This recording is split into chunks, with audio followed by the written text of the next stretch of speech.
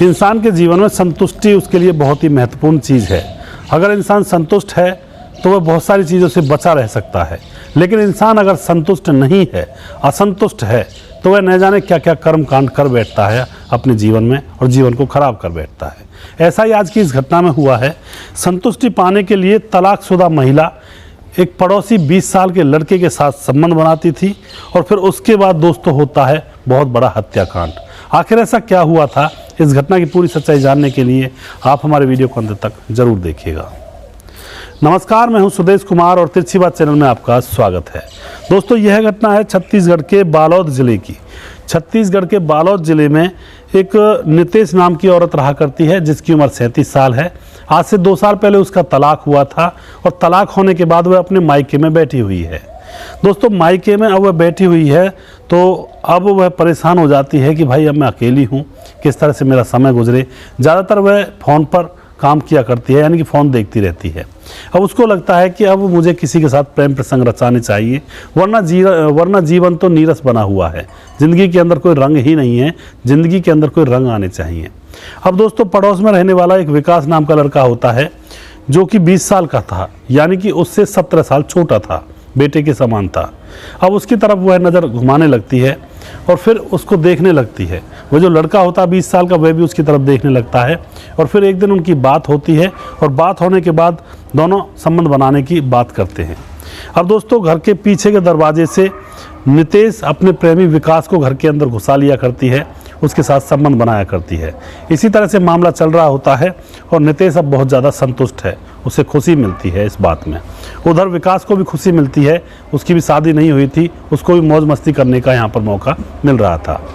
इसी तरह से मामला चल रहा होता है दोस्तों। धीरे धीरे 2 साल गुजर जाते हैं और जैसे 2 साल गुजर जाते हैं तो जो विकास होता है उसका मन भर जाता है। वह सोचता है कि मैं इसके साथ कब तक ऐसे काम करता रहूँगा, क्योंकि दरअसल विकास की सगाई की बात चल रही थी। तो उसको लग रहा था कि अब इसको छोड़ देना चाहिए, वरना मेरी सगाई टूट सकती है, किसी ने अगर बुराई कर दी तो।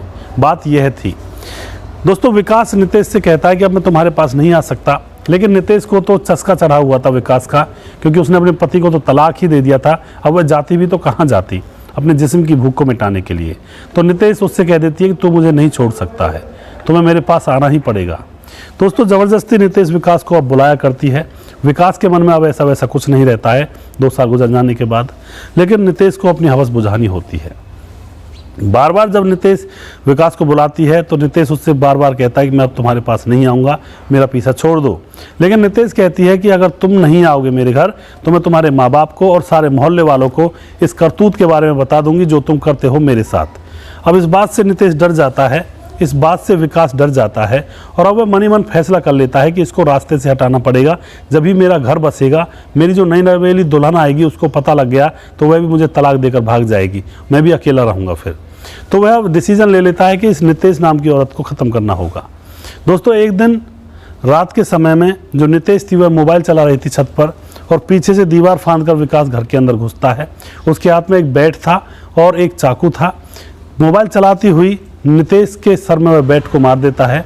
वह वहीं पर तड़पने लगती है। उसके बाद वह चाकू से उसकी गर्दन को काट देता है और फिर वहाँ से फरार हो जाता है। उसके हाथ में चाकू था, बैट था, चाकू और बैट को नदी में फेंक देता है और जो कमीज होती है उसको जंगल में जाकर आग लगा देता है उस कमीज में, क्योंकि कमीज भी खून से सन चुकी थी। अब दोस्तों, सुबह होती है तो लोग घर वालों को नितेश की लाश मिलती है। उसके मम्मी पापा उसे देखकर घबरा जाते हैं और फिर आस पड़ोस के लोग इकट्ठा होते हैं। पुलिस को बुलाया जाता है।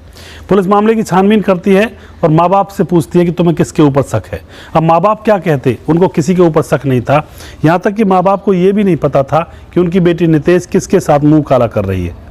दोस्तों, किसी को भी यहाँ पर कुछ भी पता नहीं था। अब पुलिस मामले की छानबीन करती है तो वहाँ पर लगे हुए सीसीटीवी कैमरों को खंगाला जाता है। जैसे सीसीटीवी कैमरों को खंगाला जाता है तो उस घर में से विकास खून से सने हुए कपड़ों को लेकर निकलता हुआ दिखाई देता है। उसके कपड़े खून से सने हुए थे, चाकू था, बैट था उसके हाथ में। अब दोस्तों, पुलिस तुरंत विकास को अरेस्ट कर लेती है और उससे पूछताछ करती है कि आखिर क्या हुआ था, तुम वहाँ से क्यों निकले थे, तुमने खून क्यों किया।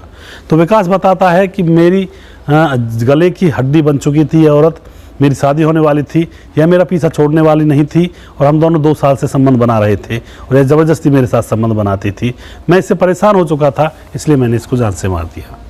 दोस्तों यह बात जब पुलिस सुनती है तो और आस पड़ोस के लोग सुनते हैं तो सभी की आंखें फटी की फटी रह जाती हैं कि यह कांड इस मोहल्ले के अंदर चल रहा था और किसी को कानों कान खबर नहीं थी।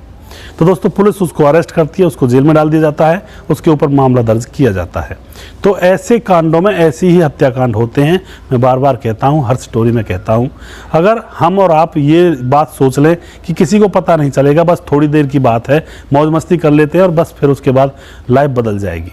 लेकिन दोस्तों असलियत में ही उनकी लाइफ बदल जाती है। कुछ समय के बाद जो अच्छी लाइफ होती है वो बुरी लाइफ में बदल जाती है, बर्बाद हो जाती है, तबाह हो जाती है लाइफ, घर परिवार बिखर जाता है। तो प्लीज़ प्लीज़ अवैध संबंधों में ना पड़ें। अभी आपको मीठा मीठा लग रहा होगा वह संबंध, लेकिन बाद में जब उसकी सच्चाई मालूम पड़ेगी तो आप भी हैरान रह जाओगे। तो दोस्तों अवैध संबंधों का अंजाम हमेशा खतरनाक, बहुत ही भयावह होता है। इनसे बचकर रहें, अपने आप को ऐसे चक्करों में ना डालें और सावधानी से रहें। दोस्तों अगर आपको हमारे वीडियोज अच्छे लगते हैं तो इनको शेयर ज़रूर कर दिया करें, हम आपके बहुत बहुत आभारी रहेंगे। अगला प्रोग्राम मैं बहुत जल्दी फिर से लेकर आऊँगा किसी सच्ची घटना के ऊपर। तब तक आप खुश रहें, सावधान रहें, रिश्तों की अहमियत को समझें। जय हिंद, जय भारत।